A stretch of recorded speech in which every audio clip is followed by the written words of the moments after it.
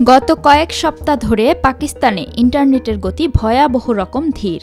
এজন্য কে দায়ী বা কী কারণে এমনটা হচ্ছে তা নিয়ে চলছে জোর বিতর্ক।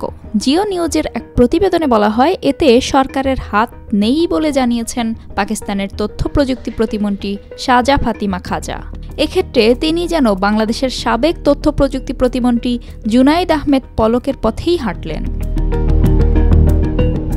বাংলাদেশে সাম্প্রতিক কোটা সংস্কার আন্দোলনের সময় বেশ কয়েকদিন বন্ধ ছিল ইন্টারনেট। পরবর্তীতে চালু হলেও গতি ছিল অনেক ধীর, এমনকি এখনও স্বাভাবিক হয়নি ইন্টারনেটের গতি।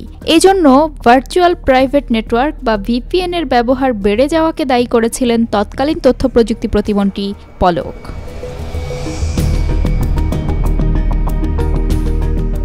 অন্যদিকে পাকিস্তানের নাগরিকরা জানাচ্ছেন, তারা ইন্টারনেটে গতি তো পাচ্ছেনই না, প্রবেশ করতে পারছেন না বেশ কিছু সোশ্যাল সাইটেও। সরকার বিরোধীরা বলছেন, পাকিস্তান সরকার চীন সরকারের মতো ইন্টারনেটে ফায়ারওয়াল তৈরি করতে চাইছে এখন, যার উদ্দেশ্য অনলাইন জগতের উপর আরও বেশি নিয়ন্ত্রণ স্থাপন করা। এই অভিযোগ অবশ্য উড়িয়ে দিয়েছে শাহবাজ শরীফ সরকার।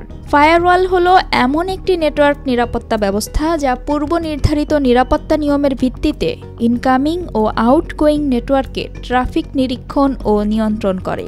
এছাড়া পাকিস্তান সহ এশিয়ার অনেক দেশেই বিপ্লব, বিক্ষোভ ও জন অসন্তোষ দমনের জন্য প্রশাসন থেকে ইন্টারনেট বন্ধ করে দেওয়ার ঘটনা নিয়মিতই দেখা যায়। এ নিয়ে দেশটির তথ্য প্রযুক্তি প্রতিমন্ত্রী বলেন, আমি হলফ করে বলতে পারি, পাকিস্তান সরকার ইন্টারনেট ব্লক করেনি বা ধীর গতিও করে দেয়নি।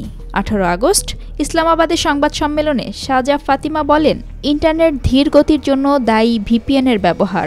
এই সংকট সমাধানে সরকার বিশেষজ্ঞদের সঙ্গে কথা বলছে।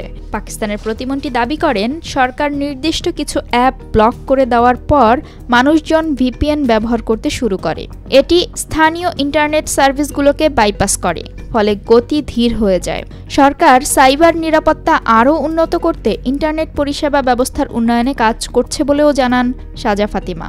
এই দেশ যে সাইবার নিরাপত্তা আক্রমণের মধ্য দিয়ে যাচ্ছে তা বিবেচনা করে এ ধরনের ব্যবস্থা নেওয়া সরকারের অধিকার। এদিকে ইন্টারনেটের গতি ধীর হওয়ার কারণে পাকিস্তানের ব্যবসা বাণিজ্য ক্ষতিগ্রস্ত হচ্ছে বলে জানিয়েছেন সেদেশের ব্যবসায়ী নেতারা। পাকিস্তান সফটওয়্যার হাউস অ্যাসোসিয়েশনের তথ্য মতে, এর ফলে দেশটির আইটি সেক্টর 30 কোটি মার্কিন ডলার ক্ষতির মুখে পড়তে পারে। তারা বলেছে, এটা এই সেক্টরের কর্মকর্তার উপর একটি সরাসরি, বাস্তব ও আক্রমণাত্মক আক্রমণ। এ বিষয়ে সমাজকর্মীরা ইসলামাবাদ হাইকোর্টে একটি পিটিশন দাখিল করেছেন। পিটিশনে ইন্টারনেট পরিষেবা পাওয়াকে পাকিস্তানের সংবিধানের অধীন একটি মৌলিক অধিকার হিসেবে ঘোষণা করার দাবি করেছেন তারা।